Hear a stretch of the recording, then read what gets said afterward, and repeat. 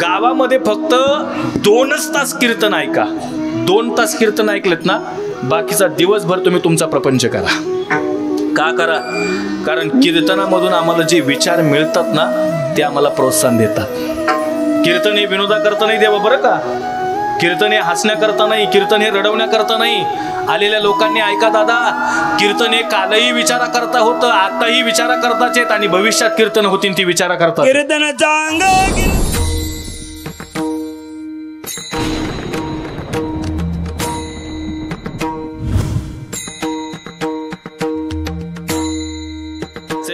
पुण्य करणं सोपं आहे का पाप करणं सोपं आहे?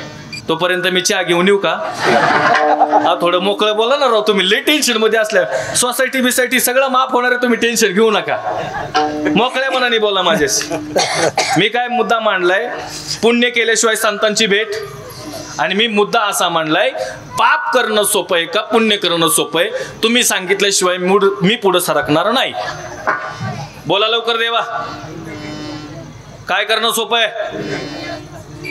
बदलला तर बघा बरं का. हा, कारण माझं नाव शिंदे, पाठिंबा काढून जमणार नाही. आणि जरी काढला तरी हरकत नाही, माझ्या लाडक्या बहिणी जास्त प्रमाणात आहेत. चांगलं कळतंय बरं का तुम्हाला. वा वा वा, ऐका, बारीक मुद्दे ऐका. मला मुद्दा का मांडायचा? पाप करणं सोपं आहे का पुण्य करणं सोपं आहे? चला माझ्याकडे बघा, मला मुद्दा जो मांडायचा तो बारीक ऐका. तुम्ही जे उत्तर दिलं ना ते मला आवडलं. बऱ्याचशा ठिकाणी मी हा प्रश्न विचारला ना, लोकांचं उत्तर येते पाप करणं सोपं आहे. पण मला आज आनंद वाटतोय, 40 वर्ष तुम्ही परमार्थ केलात, योग्यच उत्तर मिळालं, याचा अर्थ तुमचा परमार्थ चांगल्या दिशेनं चाललाय, चांगल्या दिशेनं चाललाय. मला हे सगळं का मांडायचंय? पाप इतकं सोपं नाही देवा. का? कारण पाप करायचं म्हटलं तर 100 वेळा विचार करावा लागतोय. किती वेळा? 100 वेळा विचार करा. बरं, ते 100 वेळा विचार केला तरी पचल याचा भरवसा? कधी कुठं उघडं पडल याचा भरवसा नाही महाराज. आणि पुण्य करता काहीच करावं लागत नाही. ना तुम्हाला कीर्तन करता आलं, ना तुम्हाला मृदंग वाजवता आला, नाही तुम्हाला टाळ वाजवता आला. काहीच करू नका. पुण्याची व्याख्या इतकी सोपी आहे. कीर्तनाच्या आधी तुम्ही मंडपात आलात ना, फक्त या मंडपामध्ये संतरांच्या जरी तुम्ही हातरलात तरी महाराज पुण्याचंच काम आहे. आता याच्यात काय अवघड आहे का? काहीच करू नका. लोक जेवायला बसले ना, हातामध्ये बादली घ्या आणि भात वाढायचं काम करा. काम कशाचं आहे? बोला ना. पुण्याचं आहे. त्याच्या मागं वरण वाढायचं काम करा. काम कशाचं आहे? पुण्याचं आहे. बरं, हे लय अवघड असेल तर काहीच काळजी करू नका. फक्त कीर्तनकाराच्या पुढं बसा आणि कीर्तनकारांना गुळ द्यायचं काम करा. हे आता हे अवघड आहे का? बोला ना राव, हे अवघड आहे का? अहो, काही काही गावात तर महाराज मी काही न सांगत असतो, हा गुळ खा पण कीर्तन ऐक. काय अवघड नाही, लय साध्या साध्या गोष्टी आहेत, पण लक्ष देत नाहीत लोक. पुण्याचा मला फक्त एक थोडासा खुलासा करून जायचंय. काहीच करता आलं नाही, 2 मृदंग वादक आहेत. येता येता फक्त त्या मृदंगाला घरनं कणिक घेऊन जरी आला तरी काम कशाचं आहे? पुण्याचं आहे. लोक इतके हुशार आहेत, कणिक आणत नाहीत, पावडरचे डबे हितनं घेऊन जातात. हे व्यवस्थापक मंडळी विचारा, दररोजचा एक पावडरचा डबा आणावा लागतोय द्यावा. हो, बरोबर बोलतोय का मी? आता हे सगळं सांगताना मला एक सांगायचं आहे, पुण्य करण्याकरता जास्त अट्टहास करावा लागत नाही, सहजरित्या पुण्य होतंय. पण ते पुण्य करण्याकरता संतांची भेट अत्यंत महत्वाची आहे. म्हणून परमपूज्य डोंगरे महाराजांचा एक गोड शब्द आहे बरं का. पाण्याविना शोभा नाही नदीला, प्राणाविना शोभा नाही शरीराला, कुंकाविना शोभा नाही सौभाग्यवती स्त्रीला, तसं सत्संगाविना शोभा नाही मानवी देहाला. जीवनाचं सार्थक करायचं असेल तर संत संग अत्यंत महत्वाचा आहे. आणि म्हणून महाराज सांगतात, आम्हाला योग्य वेळेत संतांचा संग झाला, संतांची भेट झाली. याचं कारण सांगायचंय मला बरं का. संतांची भेटही कोणाला होत नाही. तुमच्या अंतःकरणामध्ये इच्छा सुद्धा पाहिजेत. तुमच्या अंतःकरणामध्ये काहीतरी आकांक्षा पाहिजे. देव मला भेटला पाहिजे, संत मला भेटले पाहिजेत.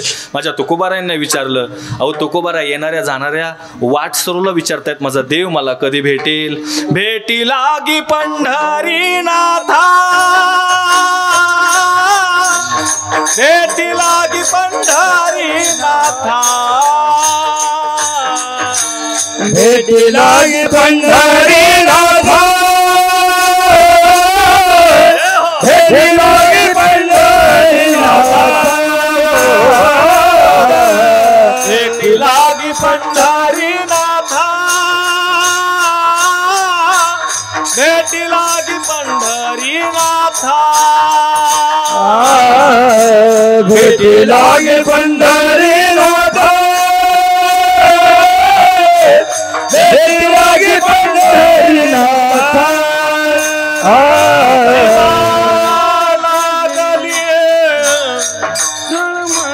तळमळ व्यथा. जगद्गुरु तुकाराम महाराजांचं कधीतरी जीवनचरित्र वाचा दादा. याती शूद्र वैश्य केला व्यवसाय आधी तो देव कुळपूज्य. नये बोलो परी पाळिले वचन केलियाचा प्रश्न तुम्ही संती. दादा 21 चरणाचा अभंग आहे. महाराज म्हणतात मला कीर्तन करता येत नव्हतं, मला भजन करता येत नव्हतं, देवाच्या भक्तीची मला आवड नव्हती. आमच्या गावातले लोक मंदिरामध्ये भजन करायचे ना, त्या भजन्यांच्या मागे द्रौपद म्हणायचं मी काम करायचो. काय भाव असेल हो अंतकरणातला, काहीच त्याला कळत नाही. पण ते आज जगाचे जगद्गुरु होत आहेत. याचा अर्थ काय? अंतकरणातून प्रामाणिकपणा आहे की देव मला भेटला पाहिजे. म्हणून परमार्थ थोडा करा दादा, परमार्थ थोडा करा, पण असा करा ना तुम्ही एखाद्या व्यक्तीला भेटला, तुमच्या चेहऱ्याकडे पाहिल्यानंतर ना त्याला पांडुरंगाचं दर्शन झालं पाहिजे. ही सात्विकता आहे हो परमार्थामध्ये, ही ऊर्जा आहे परमार्थामध्ये, ही प्रेरणा आहे परमार्थामध्ये. आणि म्हणून माझी विनंती आहे दादा, अरे तुकोबार आहे, प्रत्येक व्यक्तीला विचारतायत पुसा वेसी हेची वाटे जो जे भेटे तया असे. माझा देव माझ्यावर कृपा कधी करील, माझे संत माझ्यावर कृपा कधी करतील. माझ्या ज्ञानोबारायांनी तर महाराज माणसाला विचारलं नाही बरं का, घरावर बसणाऱ्या कावळ्याला विचारलंय, हे कावळ्या अरे घरावर बसून तू कावकाव काय करतोयस? माझा भगवान परमात्मा माझ्या भेटीसाठी कधी येणार याचा शुभश कोण सांग. अरे सगळे मुद्दे मांडताना मला एवढं एकच मांडायचंय की जीवन जगत असताना कधीतरी माझा उद्धार झाला पाहिजे, कधीतरी मला संत भेटले पाहिजेत, कधीतरी मी हे जीवन जगत असताना मिळालेला नरदेह दुर्लभ आहे. या नरदेह असणाऱ्या दुर्लभ नरदेहानं कधीतरी देवाच्या जवळ येऊन कधीतरी प्रामाणिकपणाने प्रार्थना केली पाहिजे. देवा आतापर्यंत भरपूर प्रपंच केला, आता इथून पुढे तुझी सेवा करणार आहे, मनोभावे सेवा करणार आहे. अंतकरणातली इच्छा आहे माझा उद्धार होईल का? अहो तुकोबाराय सांगतात जन्माला आल्यानंतर न पांडुरंगाचं दर्शन घेतलं ना की तुमच्या जन्माची सार्थकता आहे. तुका म्हणे जन्मा आल्याचे सार्थक विठ्ठलाची एक देखील या. म्हणून दादा जीवन जगत असताना त्या देवाला शरण जा, त्या संतांना शरण जा. का जा? त्याचं कारण आहे कायमी उद्धार पावेन, कायमी उद्धार पावेन, काय कृपा करील नारायण, काय कृपा करील नारायण. ऐसे तुम्ही सांग संत जन, ऐसे तुम्ही जन. समाधान चित्त माझे काय खंड येईल कर्म, काय खंड येईल कर्म. समाधान चित्त माझे काय खंड येईल कर्म.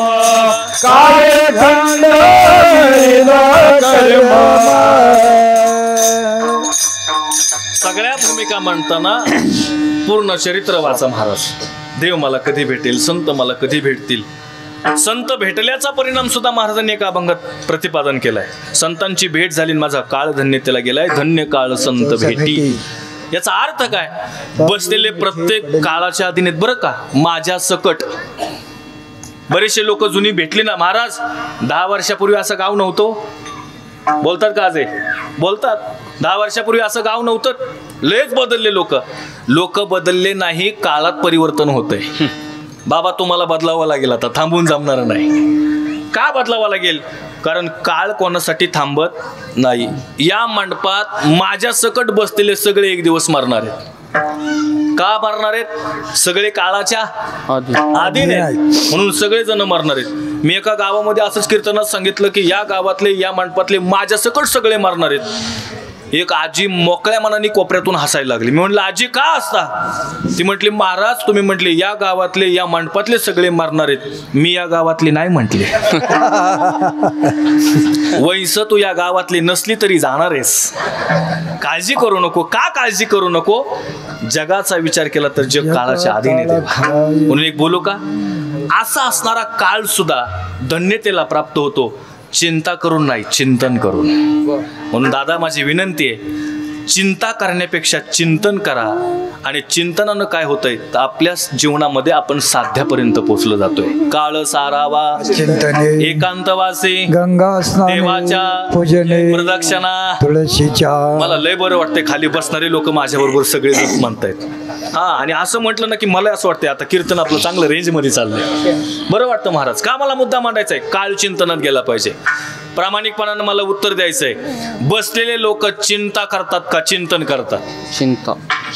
चिंता. तुम्ही म्हणसान पोरग दिसायला बारीक आहे पण लयच अडवतंय इकडे मी कीर्तन दादा असं का करतो त्याचं कारण आहे, प्रश्न विचारले ना की लोक फ्रेश ऐकत आहेत. का? त्यांना असं वाटतंय महाराज चुकून जरा आपल्याकडे आला तर काय उत्तर द्यायचं. त्यामुळे लय लक्ष देऊन कीर्तन ऐकतात आणि एवढंच गोड कीर्तन ऐकताय. झालं 8:30 तर वाजले, 15 मिनिटं तर थांबणार आहे मी. फक्त मुद्दा माझा असा आहे, माणसानं चिंतन करावं का चिंता करावी? बोला ना देवा. एक बोलू का एक बोलू. माणसं सध्या चिंतन करत नाहीत आणि चिंता केल्याशिवाय राहत नाहीत. अहो लय मोकळ्या मनाने बोलायचे. आम्ही सुद्धा महाराज लोक गाडीत बसलो तर आम्हालाही चिंताच आहे. काय गावकरी बुक्का तर व्यवस्थित लावतील का नाही? हे ज्यांना कळलं त्यांना धन्यवाद. ज्यांना नाही कळलं ते जेवण करून जा. आता काय बोलणार याच्या पुढे आम्ही महाराज? ऐका, महाराज लोक चिंतेत आहेत यात नवल नाही, बसणारे लोक चिंतेत आहेत. काय पोरग बोलतय चांगलं पण नवछात थांबतय का पुढे जातंय काय माहिती. अहो प्रत्येक जण चिंतेत आहेत. महाराज लोक चिंतेत आहेत यात नवल नाही, बसलेले लोक चिंतेत आहेत यात नवल नाही, टाळकरी चिंतेत आहेत यात नवल नाही, पुढारी सुद्धा चिंतेतच होते की आणि चिंतेतच आहेत. का 50-50 वर्ष चिन्ह जपलं, वाढवलं, प्रचार केला, मोठं केलं, चिन्हच दुसरे घेऊन गेले. माझं बोलणं चांगलं कळतंय तुम्हाला? याचा अर्थ नेते सुद्धा कशात आहेत? चिंतेत आहेत. माणसानं चिंतन केलं पाहिजे पण चिंता करतात.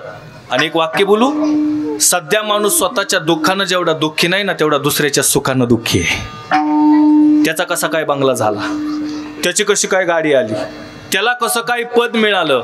पण एक बोलू का, दुसऱ्याचं तुम्ही जर चिंता केलीत तर तुमच्या पदरात आयुष्यभर दुःखच पडणार हे लक्षात असू द्या. म्हणून एक देवा एक वाक्य बोलतो मी, याची त्याची चिंता करण्यापेक्षा कधीतरी दुसऱ्याच्या दारात मदतीचं झाड लावा. आनंदाची फुलं तुमच्या दारात पडल्याशिवाय राहणार नाही, ताकद आहे. आणि याच्याकरता हा नरदे, याच्याकरता हा परमार्थ आहे. म्हणून या सगळ्या गोष्टी करत असताना तुकोबाराय म्हणतात आम्ही योग्य वेळेत चिंतन केलं. पांडुरंग ध्यानी पांडुरंग मणी जागृती स्वप्नी पांडुरंग. आणि त्याचा परिणाम त्या देवाशिवाय आता आम्हाला दुसरं कोणी आवडेनच. देवा थोडीशी प्रस्तावना मी लांबवली बरं का अवसरे बाबा, क्षमा मागून बोलतो. प्रस्तावना मला जी मांडायची ना तिच्याकडे आम्ही आताशी प्रवेश केलाय. का इथं बसलेल्या प्रत्येकाची आवड आहे. आता कीर्तनाला जरी आले ना तरी कीर्तनकार वाचून येतात पत्रिका. हा हसवणारा आहे का रडवणारा आहे, हा भामटा आहे का कसा आहे, म्हणजे सगळं पाहून आता लय लोक हुशार झालेत महाराज. आणि लोक हुशार इतके झालेत की आता कीर्तनाचा इतका खेळ झालाय, तो कुणामुळे झाला हे आता आम्हालाही कळालं, तुम्हालाही कळाला. अहो महाराज मी आता सिद्धटेकला कीर्तन केलं. सिद्धटेकला कीर्तन केल्याच्या नंतर त्यांना कीर्तन आवडल्याच्या नंतर गंमत अशी झाली, त्यांनी माझा नंबर घेतला आणि मला फोन केला. म्हटले महाराज आम्हाला हनुमान जयंतीची सेवा पाहिजे. म्हटलं देवा हनुमान जयंतीची सेवा माझी गेलेली आहे, मग कसं काय? तर मी त्यांना बोललो हा व्यवहार आहे बरं का, गायक वादक हा व्यवहार आहे. मी त्यांना म्हटलं माझी तारीख खाली नाही पण माझ्या मित्राची एखादी बघू का, म्हणजे माझं बोलणं तुम्हाला चांगलं कळतंय. हा व्यवहार जपा, त्याच्याशिवाय मोठं होऊ शकत नाही. मी म्हटलं माझ्या मित्राची तारीख खाली का बघू का, कसं काय? नाही ते कसं आहे तुमचा अंदाज आम्हाला आलाय. नाही कळालं अजून? लय हुशार आहे तुम्ही. तुमच्या हसण्यावरच मला अंदाज आलाय की तुम्हाला चांगलं कळालंय. तुमचा अंदाज आहे महाराज. म्हटलं अहो काय हरकत नाही, तसं काय नाही म्हटले, ते आपल्या शब्दाच्या बाहेर जाणार नाहीत, घ्या सेवा.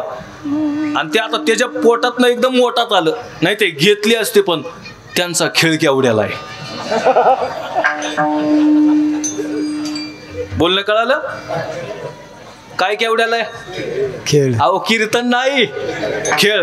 आता फक्त माझं वय नाही बरं का, हा खेळ कोणी केलाय हे प्रत्येकाला विचारा. आता फक्त लय परिस्थिती डेंजर आहे देवा. मग हे सगळे मुद्दे मांडताना मला मुद्दा जो मांडायचा आहे तो असा आहे की देवाला आपलंसं म्हटल्याचे कारण काय आहे, तर आयुष्यभर पांडुरंगाची साधना केली.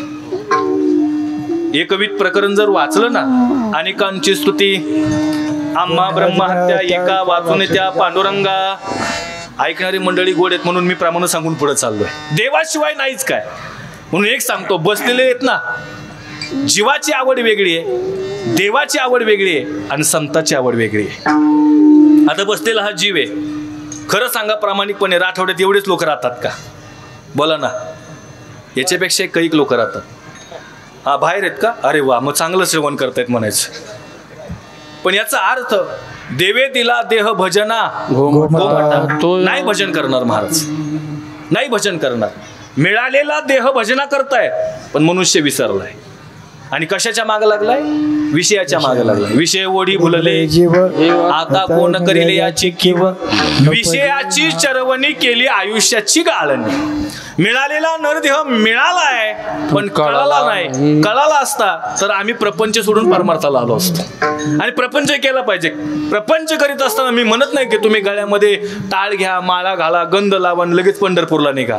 ऐका, गावामध्ये फक्त 2 तास कीर्तन ऐका. 2 तास कीर्तन ऐकलेत ना, बाकीचा दिवसभर तुम्ही तुमचा प्रपंच करा. का करा? कारण कीर्तनामधून आम्हाला जे विचार मिळतात ना, ते आम्हाला प्रोत्साहन देतात. कीर्तन हे विनोदाकरता नाही देवा बरं का. कीर्तन हे हसण्याकरता नाही, कीर्तन हे रडवण्याकरता नाही. आलेल्या लोकांनी ऐका दादा, कीर्तन हे कालही विचारा करता होतं, आताही विचारा करताच आहेत आणि भविष्यात कीर्तन होतील ती विचारा करतात. कीर्तनाचा